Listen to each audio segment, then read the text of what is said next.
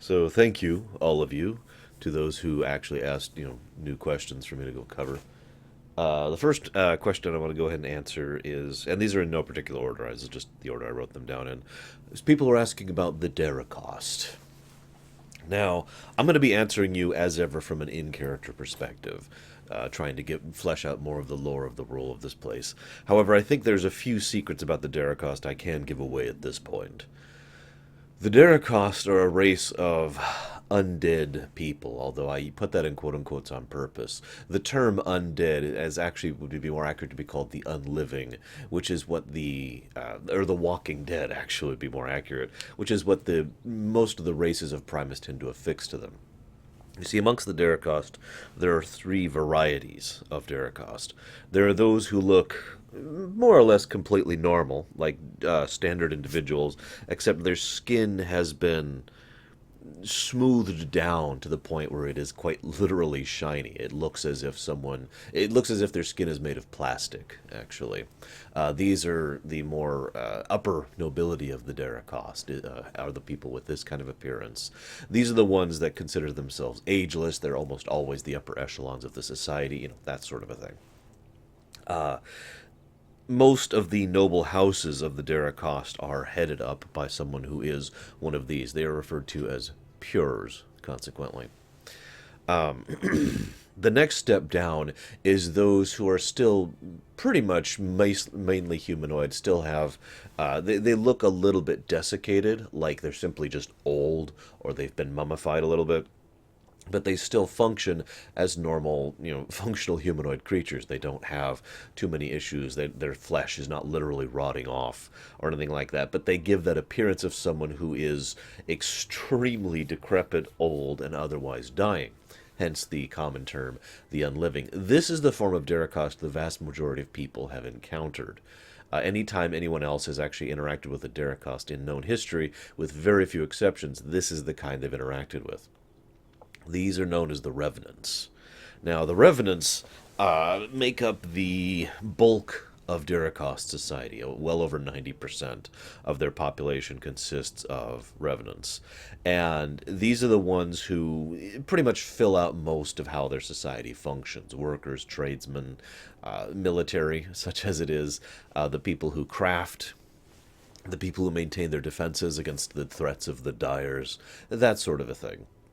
The lowest rung is the fallen, and the fallen basically are Dericost who, for reasons currently unknown, no longer have access to all of their mental faculties. They're not completely mindless. It would be more analogous to a real life person with Alzheimer's, to give you an idea of what I mean. Their memory doesn't work right. Their emotions don't work right. Their minds simply don't work right. Now, their appearance can vary wildly, but for the most part, any given individual who is a fallen is much, much more desiccated, looks much more like a zombie or some other form of undead creature than the other two varieties do. I'll go ahead and tell you this since I'm not sure the party will ever actually figure this out.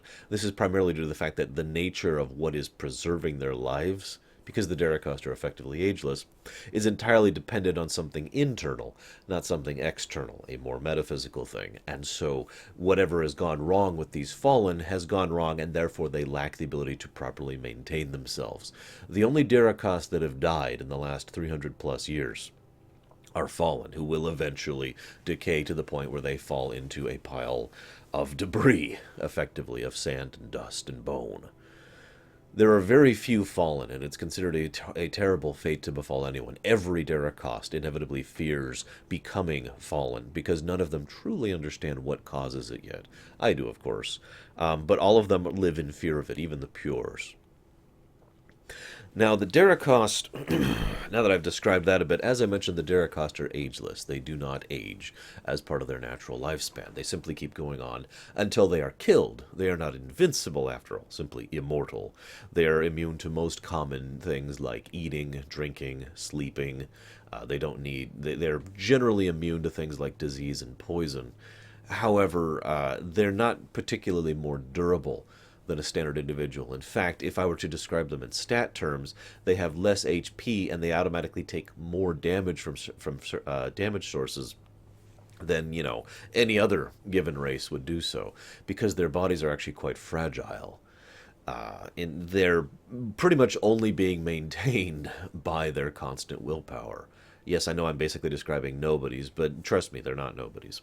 Um, the other thing about Dericost, in terms of their physiology and whatnot, is they are extremely skilled weavers. In fact, virtually their entire society is woven. They actually eschew technology, thinking of it as an inferior variety. And so they try to, they weave everything. So any given Dericost may be a weak, flimsy individual, but imagine that weak, flimsy individual, to use a sci-fi term, is effectively walking around in a mobile walking tank all the time. Their robes, their rings, their necklaces, the tattoos they're wearing, everything upon a given Dericost is woven, all of it. And all of it is providing increased protection, increased defense, increased firepower, all the things necessary to defend them, so that even though, if all that was stripped away, they could be killed by just being punched too hard, they are very, very well defended for the most part. Now, the vast majority of Dericosts do not lower themselves to anything below artisan level. What I mean by this a little bit is, in real life, there's a concept, and this is actually an unfortunate reality of life in the way our society works and has worked for many, many, many years, is that there's high education jobs and there's low education jobs. Skilled labor and unskilled labor is usually what that's actually referred to as. Skilled labor is a doctor. Unskilled labor is someone working on a manufacturing plant. From a logical perspective, both of these things matter. Both of these things are required for society to function. But obviously, the skilled labor tends to get more prestige, more pay, etc. The Dericost are universally skilled laborers, artisan craftsmen, artisan blacksmiths, artisan weavers, artisan tailors, artisan, the highest echelons of any given craft. These are people who have spent years, upon decades, upon, we're not actually sure how long, a very, very long period of time, at least 3 centuries, perfecting their given crafts and passing them on to any others who wish to learn. This is a good point to mention that the Dericost cannot procreate at all, ever. So any Dericost that dies is a permanent loss to the people. Now, the I mention that, though, because all of the unskilled labor, the actual physical work, carrying stuff to and fro, cleaning, all that stuff is done by their lycanthropes. Now, I've actually already talked about lycanthropes a bit, so I don't really feel like I'm going to go into too much detail about lycanthropes right now. All I want to say about the lycanthrope is that without the lycanthropes, the Dericost society would cease to function. The lycanthropes, in many, many ways, are a slave race, deliberately designed and built by the Dericost. They are effectively high-functioning golems who do have sentience, sapience, and souls. Although nobody's entirely certain how exactly the Dericost could craft living beings like this. But they've done it. And the lycanthropes serve them, and they have this whole thing based culturally where even though the lycanthropes are literally physically incapable of disobeying their masters, they are still culturally inclined to obey their masters. It is considered a height of honor to do whatever it is your master asks. And even if your master asks you to do something you don't care for, you still do it. I mean, they know what they're doing, right? The Dericost, as far as governance, effectively is a federalist republic. There are many different factions and parties who all vie for dominance within the Senate, and every given house, all taken from the houses of, well, basically, there are many different houses. Each house is named after an individual, which, again, because of the lack of familial connections amongst the Dericost, basically the house name just took place of faction names. So instead of calling themselves Imperialist or Democrats or whatever, they just call themselves of House Phasmora. So any member, anyone who wishes to join House Phasmora and agrees with House Phasmora's mentality, views, etc., they end up signing up with the house. There's no actual literal connection between the people, no physiological connection, no blood connection. Um, Now, this is probably a good time to mention one of the big secrets that has been revealed as of this point in time, that the players have figured out, or at least they've put together enough of the pieces to realize this. The Dericost are Scions. They are the only surviving Scions in the world. Obviously, they have been severely fundamentally changed from their original Scion nature, but for whatever reason, something happened, and the party has not discovered what yet specifically. Something happened to cause the Scions to become the Dericost, at least a portion of them. This also is relevant. I'll be talking about the Scions more later, but this dovetails nicely because the Scions themselves had several of these same problems. Scions also could not procreate. They were not capable of it. They don't have the equipment, if you will.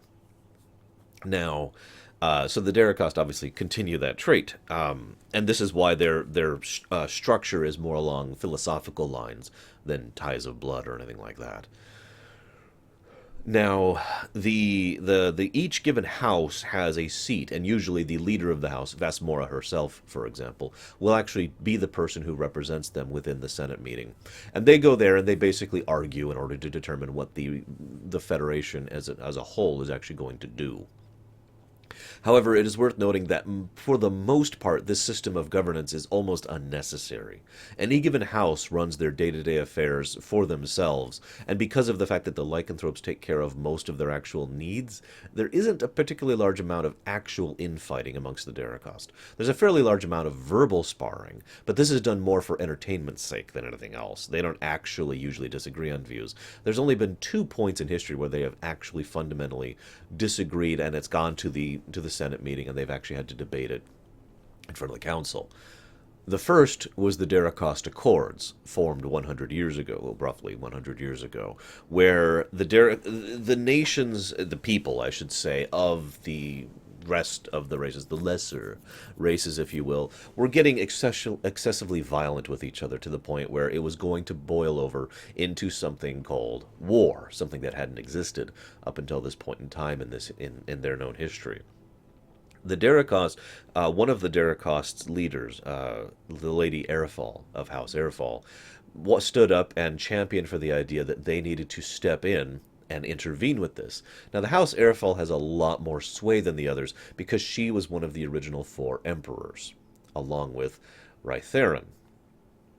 And then, obviously, the House Rytheron. So Lord Rytheron and Lady Airfall both agreed on this point. They needed to step in and help save the lesser races from themselves.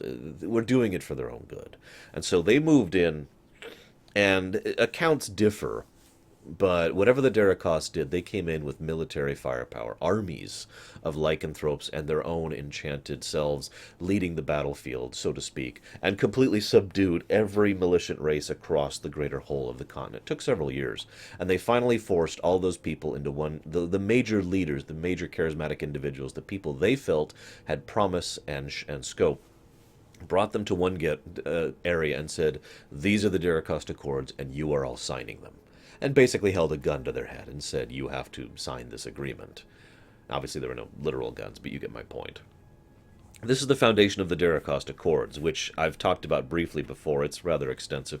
It has to do with many things. For example, how you treat prisoners, how you interact with other nations, what is considered a crime against humanity, species, crime against sentience, crime against sapience, all that kind of thing. Basically laying down an international set of rules. This is also when the nation of Alluvia, the kingdom of Alluvia, was actually founded as a result of this, because the disparate little city-states that would eventually become the Alluvia kingdom were entirely too volatile and actually not fully self-sustainable. And so they decided to go ahead and form them into one massive kingdom. There are a lot of other things that changed during the Dericost Accords, but this says a lot about how the Dericost do business. They think they know best, whether they do or not, and they have absolutely no problem moving in and exerting force to do so. In fact, it is considered a major plot point, and several characters have wondered this in character, why the Dericost have not moved in to enforce their will with regards to the actual war that has finally broken out. Now, as the party has learned, this is because the Dericost are not united on what to do about this one. They have been unable to force a settlement, where nobody is entirely certain what the heck the Lady Airfall is doing right now. The Lord Rytheron has has moved his influence, and has probably been doing this for years upon years at this point, throughout the militaries of the 4 major nations, and has formed a new organization amongst those militaries called the Directorate. The Directorate, of course, being a military dictatorship whose entire purpose is to establish a unified order amongst the world. And yes, that does mean conquering anything that actually happens to oppose them. But they do try diplomacy first. They are not interested in military gains for self-aggrandizement or whatever. They are interested in unity. Lord Rytherin himself being the head of that directorate. One of the former party members has actually joined the directorate, Whiskor, the character that was played by Third prior to him abandoning him and switching over to Snarg.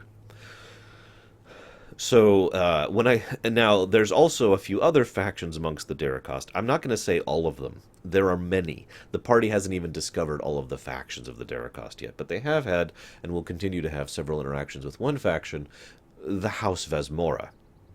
Now, the Lady Vesmora was once a loyal vassal of Gerlin. And I think that's all I really need to say about that. The House Vesmora has taken very, very personal interest in Snarg in particular, recognizing in him tremendous personal power and the potential of him being an excellent agent in order to be able to effect change on the world. And the House Vesmora has approached him and said very honestly and simply, we want to change the world too. The world's a mess. And they have appealed to him in a way that they knew would speak to him, because, after all, they agree with his mentality. Snarg and Vesmora do actually have a same mind on this one. The world needs to be fixed. And so Vesmora has and will continue to be supplying Snarg with information and backing and supplies, all the sort of things that can only be accessed by someone of psionic level power, since a Scion basically has the ability to obtain perfect intelligence, since they can just read it directly from someone's minds. Oh, and by the way, there's no range limit on that. Now, the next thing I want to mention about the Dericost is their living quarters. They live in the grand city of Waiju, a great angular city with a great deal of stylings of obsidian and gold. I do admit what I'm picturing is probably a little bit Persian, a little bit Egyptian, kind of a mix of the two. I really wish I was as talented an artist as many, many other people are in real life, so I could actually show you what I'm talking about. Obviously, I cannot. But the great city of Waiju, which exists at the southwestern edge of the inner sea, and it's actually on the coast there, and they have semi-regular trade with any traders who are brave enough to actually go out there and interact with them. They don't trade much, but they will trade some of their own lesser wares. Basically, there are entire merchants amongst the Dericost who solely sell things and weave things and craft things to sell to the lesser races, things that they consider acceptable to sell off. They also sell rare gems, jewels, obsidian, which is one of the primary sources of obsidian for the entire world, actually comes from Waiju, for reasons I'm not going to go into right now. And what they get in trade is usually a large amount of currency. It's one of the only things they accept. Now you might think, well, what the heck? What's the purpose of currency to the Dericost? Well, the Dericost have an extensive spy network. They have lycanthropes everywhere, and those lycanthropes have people who are willing to tell them things because they have lots of money that they don't care about. You'd be surprised how easy it is to bribe someone when you don't actually have a value for money other than to bribe someone. It is your sole expense. So they actually regularly trade for large amounts of currency, specifically and explicitly for the purpose of trying to put that money back into the system in order to gain the loyalty of other individuals and to keep that spy network going. Speaking of currency, this is a good time to mention that the Dericost are one of the primary motivators behind the method of currency that the world uses. I should say the continent. I was asked to talk about the economics in its entirety right there, so I'm going to save the majority of that for later. All I'm going to say for right now is that the Dericost are the ones who started the economic system that Dareth uses, and implemented it partially because they felt like it would be a good economic system, and partially because the fact that they wanted to maintain a degree of control over it.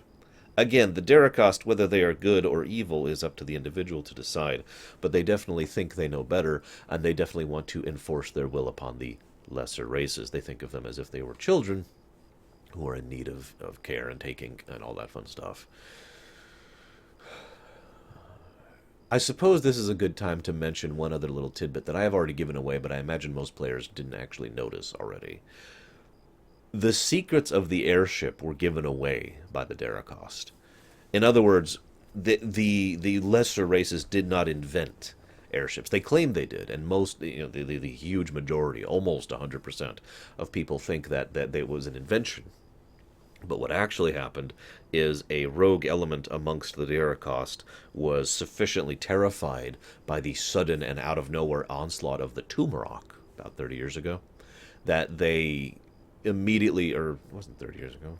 Anyways, the invasion of the Tumorok, whenever it was ago, that they immediately put forth plans to make lesser airships, weaker airships, but ones that would still be militarily capable and ones that had tremendous advancements in technology and magic technology, and kind of leaked those to a few of their agents amongst the Osteth Republic, who then presented them as if they were their own inventions, thus leading to the airship revolution of the modern age. This is also part of why the airships are so unstable and so volatile, and it's so easy for them to be destroyed in ways that are incredibly destructive, since the people who build them don't actually understand how they work. They understand how to construct them, but not the underpinnings of their function. I'll go ahead and give this away too.